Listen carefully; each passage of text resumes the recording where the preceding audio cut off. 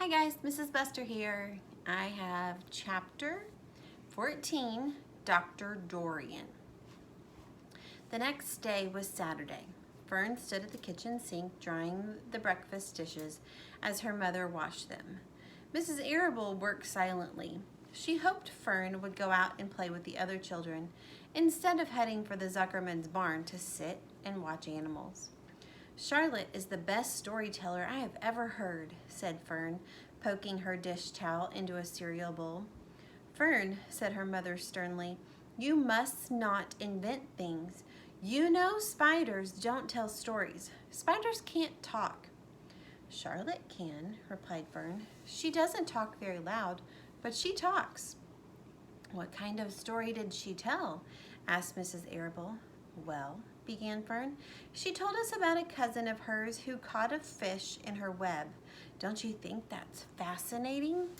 Fern, dear, how would a fish get in a spider's web? Said Mrs. Arable. You know it couldn't happen. You're making this up.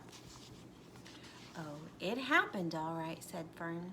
Charlotte never fibs. This cousin of hers built a web across the stream. One day she was hanging around on the web, and a tiny fish leaped into the air and got tangled in the web. The fish was caught by one fin. Mother, its tail was wildly thrashing and shining in the sun. Can't you just see the web sagging dangerously under the weight of the fish? Charlotte's cousin kept slipping in, dodging out, and she was beaten mercilessly over the head by the wildly thrashing fish. Dancing in, dancing out, throwing. Fern, snapped her mother, stop it. Stop inventing these wild tales.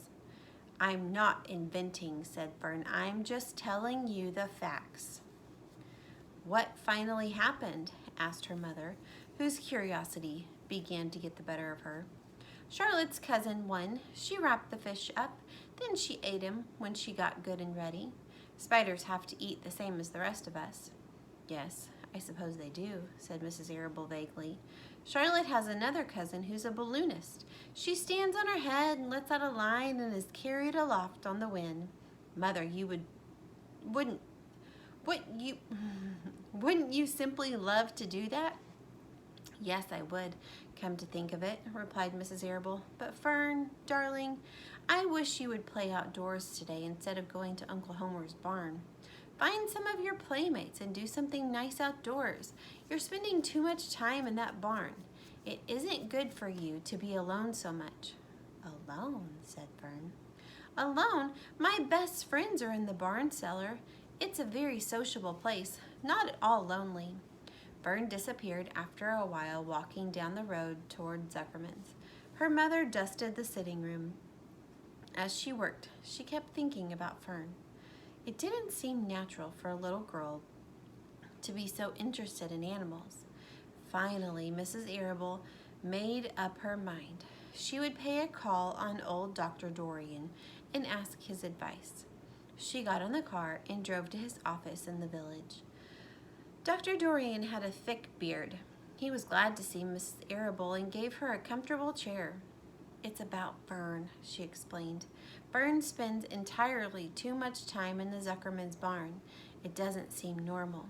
She sits on a milk stool in the corner of the barn cellar near the pigeon and watches animals hour after hour. She just sits and listens. Dr. Dorian leaned back and closed his eyes.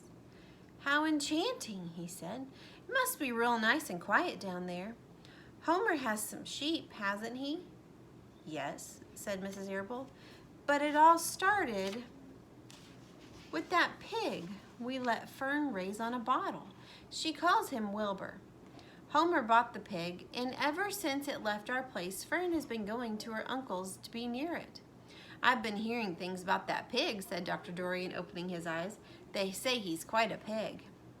Have you heard about the words that appeared in the spider's web? Asked Mrs. Arable nervously.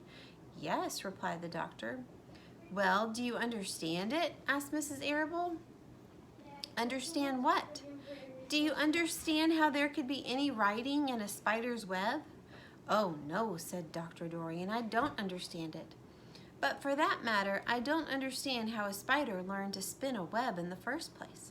When the words appeared, everyone said they were a miracle, but nobody pointed out that the web itself is a miracle. What's miraculous about a spider's web? Asked Mrs. Arable. I don't see why you say a web is a miracle. It's just a web. Ever try to spin one? Asked Dr. Dorian. Mrs. Arable shifted uneasily in her chair. No, she replied, but I can crochet a doily and I can knit a sock.